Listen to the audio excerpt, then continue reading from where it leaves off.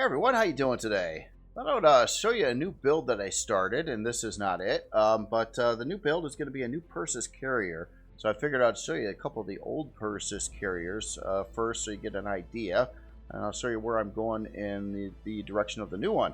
So Perses Carrier was kind of, these were older builds for vanilla, so they're built many years ago. Actually, I started out with the original Perses Carrier, and then the CV2 version that we're looking at now. The CV2 version was a pretty big upgrade over the CV1. The CV1 was built before there was additional block sets, custom colors, all kinds of other parts and things. In this one, really I took my time with it, and it was a probably a 40-hour upgrade to go from the CV1 to the CV2.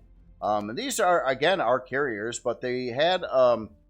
you know, you could use them for some combat operations too. I'm not talking like heavy combat or anything like that, but they, they had a good number of guns on them and things like that. They, so more of like a kind of a combat carrier. But again, if you're going to go with a straight up like combat CV, it's going to be a lot different, especially this day and time.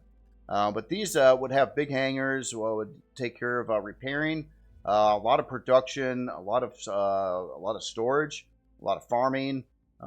Basically kind of like a do-it-your-all kind of, or like your main CV. You live in you do all your stuff, and then you move around your other vehicles with it, because it had a very large hangar, and then it had these couple of runways. These are actually pretty big landing areas, but not very good if you want to park large CVs on it, like the Helios creations and things like that. So there was this setup here. Anyway, I just wanted to show you these old ones before I show you the new one. Almost seeing part of the new one being built. Then I, after that, later on, I built the Perses Carrier CV3, similar in overall layout and design, but different. I tried to modernize this one. I don't want to look at it from that side, or I'll reveal part of the new one. But yeah, this is kind of what this looks like here. It's same idea. Now, all these Perses Carriers also had some other things going on with them. They all had like a side pass-through 5x9 hangar door, and then they also had a 13 by 7 larger hangar door in the back, and then they all had a very large double 13 by 7 hangar doors opening up on the top side to bring things down through the top. So that was pretty much the layout of that one. And then of course on this Perses CV3 as well, similar. The CV3 was slightly smaller than the CV2. But it's a little bit more, I don't know, aerodynamic. I was trying to make it look a little bit more modern was the whole goal on it. But the general layout is very similar. The main thruster pods are in the back here. Different designs for each one of these ships. And again, this also has the firearming, and all these also have a lounge. It's a fluff thing. But I'll probably have the new one with a lounge as well, because, well, I kind of like it. It's tradition with the Perses Carriers here. So that's the two. The CV1 I don't even have in my blueprint list anymore to show you. It's just kind of gone. It's still in the workshop. I could re-download it myself someday and check it out. But that's those two. Anyway, so getting on to the new one. So the new one, on this one, I was really trying to go and make it look a little bit more like an actual aircraft carrier, or modern day aircraft carrier. As you can see, the front ends of these two are like more of a 22.5 degree slope, and things like that. So it doesn't really look like an aircraft carrier. Obviously, they're spaceships. But this one, I was trying to capture that look more. And I was studied the front end of the aircraft carrier a little bit more. Realized, well, even though I've got weird inlet blocks here, that it widens up faster. Now, I can't even come close to doing the angles needed to do a hole like that. But I'm trying to simulate it, at least with the blocks, and get it looking a little bit more aircraft carrier-like, at least on the front side. Now, also, I'm doing some asymmetrical doodads on this one, where the other two are very symmetrical, at least on the exteriors.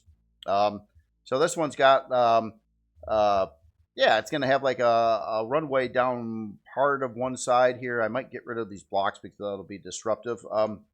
But a main key feature is it has its control tower on one side, and even the control tower is asymmetrical. I don't have this fully worked out yet. I was working on the top part of it, but haven't finished that yet. But yeah, just kind of a different looking glass here that kind of slopes over to the one side. And then I also worked out some inner workings on that to make sure everything was going to jive nice. So I've already got the elevator placed and how it's going to go through the decks and where the decks are going to be. It's all measured out. So I got a lot of deck room in here. The back side of the ship is pretty wide. The thruster housings are different than the other two by a little bit. I mean, they got similarities, but at the same time, they're pushed back a little bit further, doing this angle down like that. I kind of like that. It reminds me a little bit of like something visuals from the backside at least. So a little bit of like a Star Wars ship, maybe something like that. Maybe we'll put in the maybes there. And then of course there's going to be all kinds of cut-ins and things going throughout the entire hull here. And get a close up on the rear thrusters. I got a lot of block work yet to do. This is not dialed in and tweaked in yet. The front side, I think I'm gonna blow away what I've got here and start again. I'm trying to figure out exactly how I want to lay this out. There's a lot of thrusters in these areas. I mean, I am generally using the big thrusters or the XL thrusters for all the directions except for down. I've got a little bit smaller ones in there. And then it also has another set of thrusters on this ship on the front area. Has a lift thruster here centered, and then you have some strafing thrusters here as well. And that'll hopefully help a lot with your secondary numbers, your pitch, yaw, and roll, and that kind of thing. But yeah, I'm still, you know, I just started this. Believe it or not, it came along pretty quickly at where it's at right now. And all things look pretty good on this one.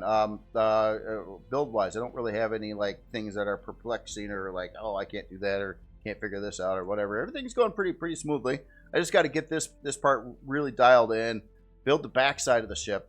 Now, on the back, like the other ones, it's probably going to have a great big hangar door back here, but I might go with other means to do the hangar door rather than using the hangar door model itself. I've seen a lot of other authors use the ramps and combination of different ramps and stuff. I might try to do that because that does look nicer than a gigantic, kind of boring to look at hangar door like these other two ships will have.